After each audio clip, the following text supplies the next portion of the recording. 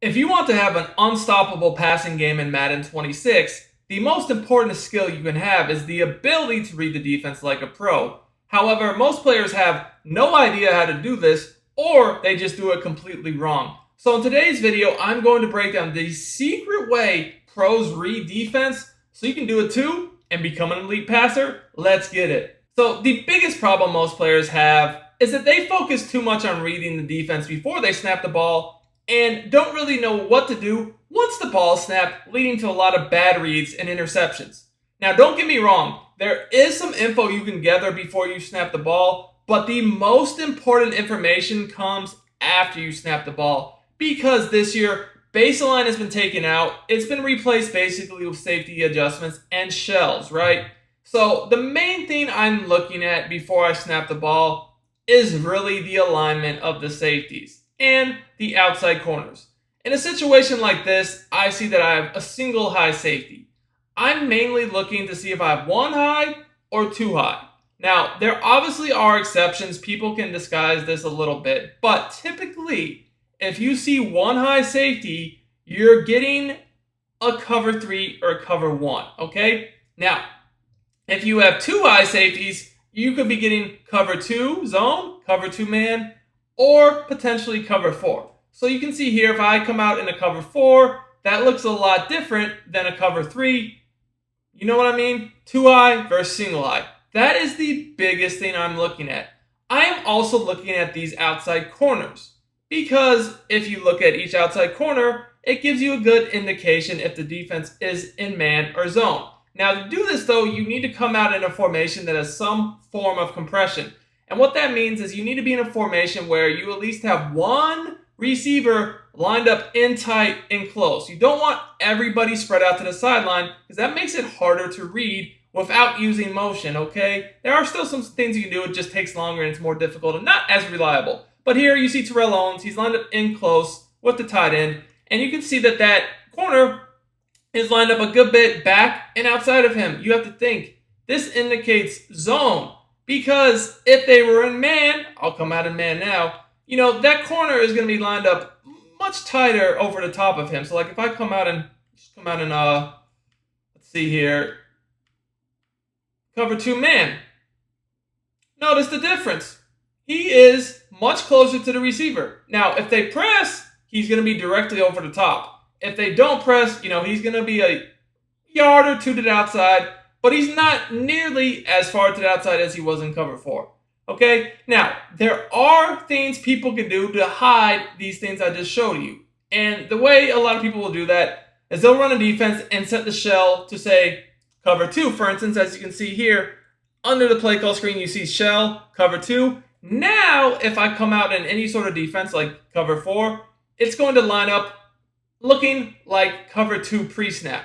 You can see in a cover 2, the corners are more to the outside and 5 yards back, and then the safeties are split wide, you know, about 15-ish yards back, right? That's how a cover 2 looks, all right? Now, if I come out in any sort of defense with this cover 2 shell set, as you see I have it here, I could come out in cover 3, for instance, as I do here. You're seeing it looks exactly like cover 2.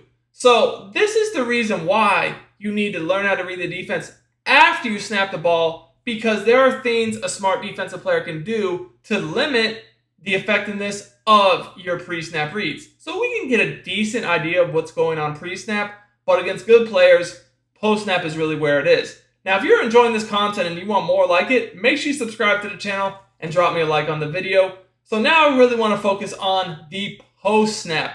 So let's say I come out in any sort of play right here. It doesn't really matter what I'm going to call, honestly. I'm just going to call one of my favorite plays in the game, motion mesh rail, right?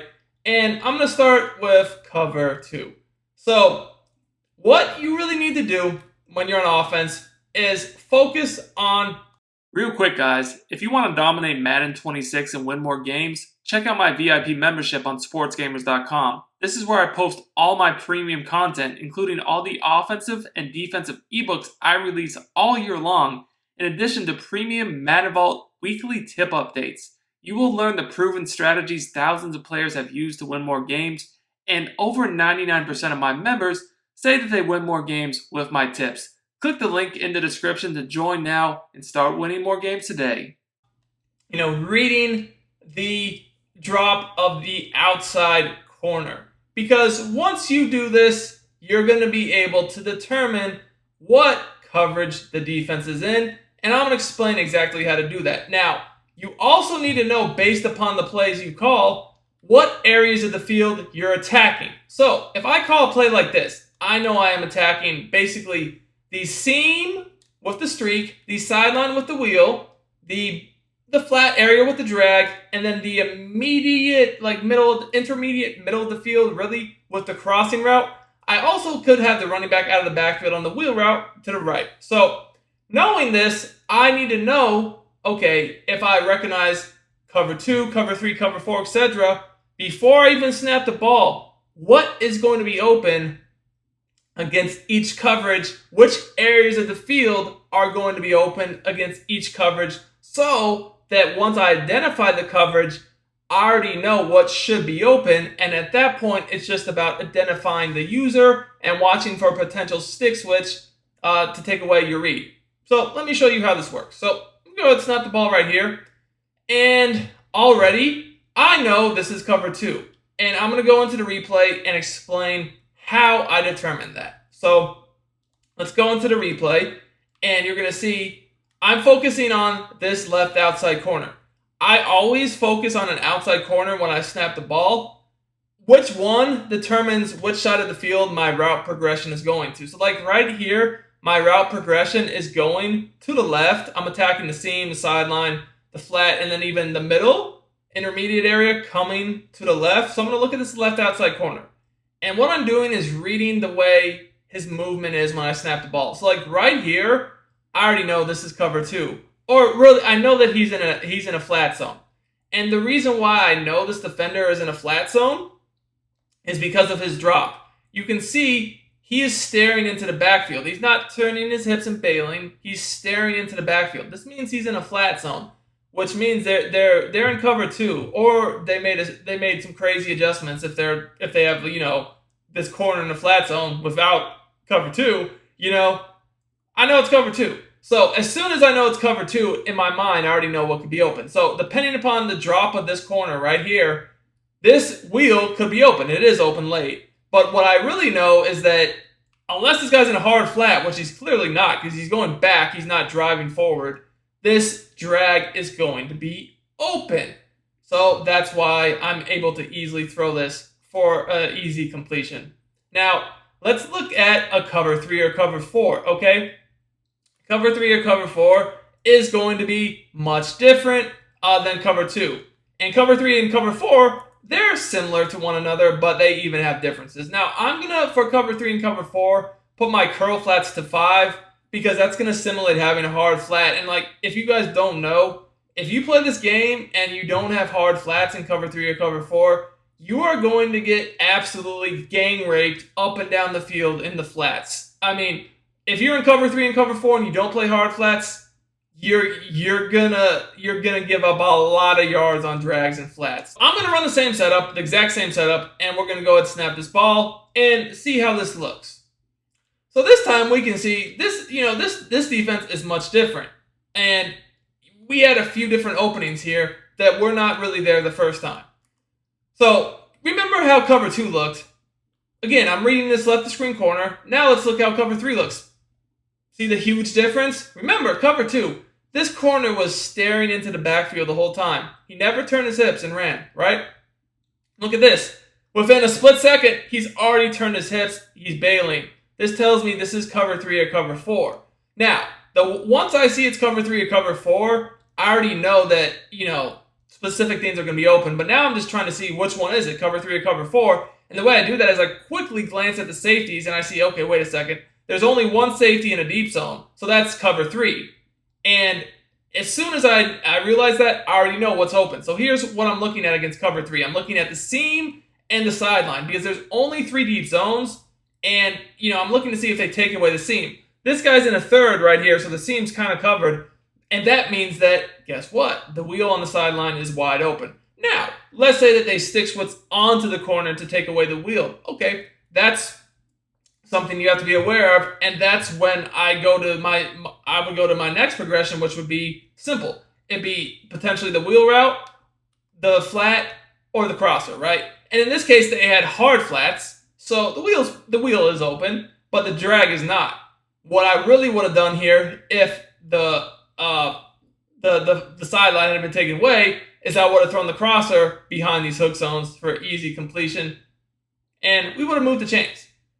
So, seeing that the defense is in cover 3, we could even make an adjustment. We could do 2 streaks with this wheel route, because against cover 3, if you attack both seams, it's pretty much going to be very difficult to defend for the defense, as you can see there. Even with these hook zones dropping pretty deep, which, a lot of people will zone drop their hooks to 5, just because even though there's a hard flat here, if you have your hooks dropping back this far, I can throw the drag right off snap and turn upfield for 5 to 10 yards easily. But even with the hook zones dropping a little bit deeper, because there's only one deep zone in the middle of the field, all I have to do is wait for this deep zone to basically run to the middle. And at this point, both seams are kind of open, but I just went with this one. I threw a bullet pass lead down, by the way, guys. I like to bullet pass lead down, and then I click on it and I undercut the ball, so there's no knockout animation. Now let's look at this compared to a cover 4. Cover 4 is going to be way different than cover 3, because you're going to have both safeties in a quarter zone in the middle of the field, and you're not going to be able to throw those seams quite as easily, well, really anywhere close to as easily. You still can, but I want to recommend it.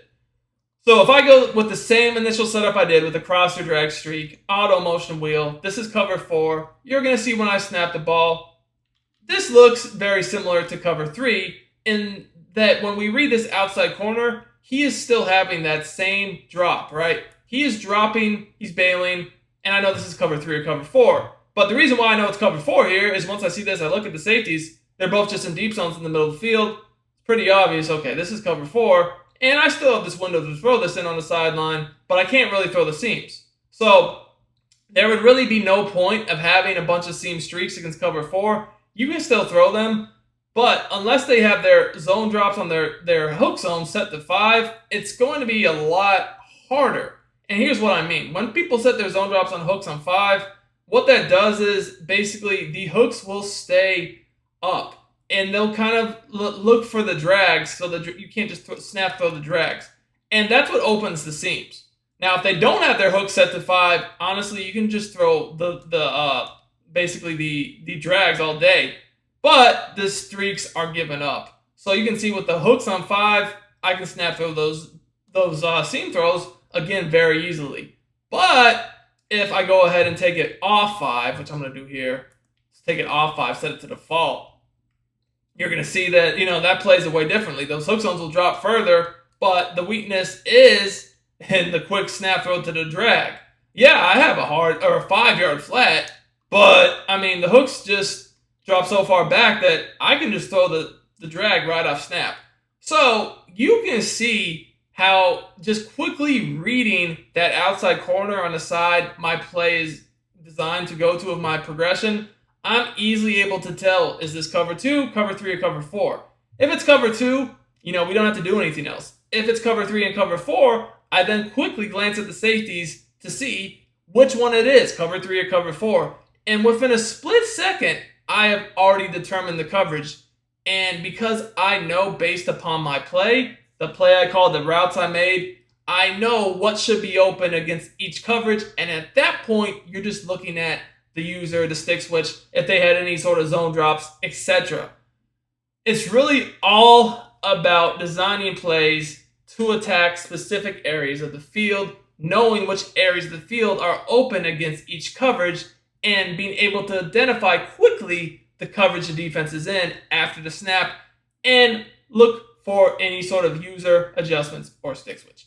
The faster you can do this, the better of an offensive player you will be. And the way to get faster at doing all this is just repetition, playing the game. But you need to actually design some plays, some route combos, understand the progressions, get into practice mode, use them against each coverage, and then jump into a game and get better at that. If you're not used to doing this, it might take you a couple of games to get good at it. But at the end of the day, You put the time in, I promise you will see the results. If this video helped you out, smash that like button. Until next time, it's your boy Duke, and I'm out of here.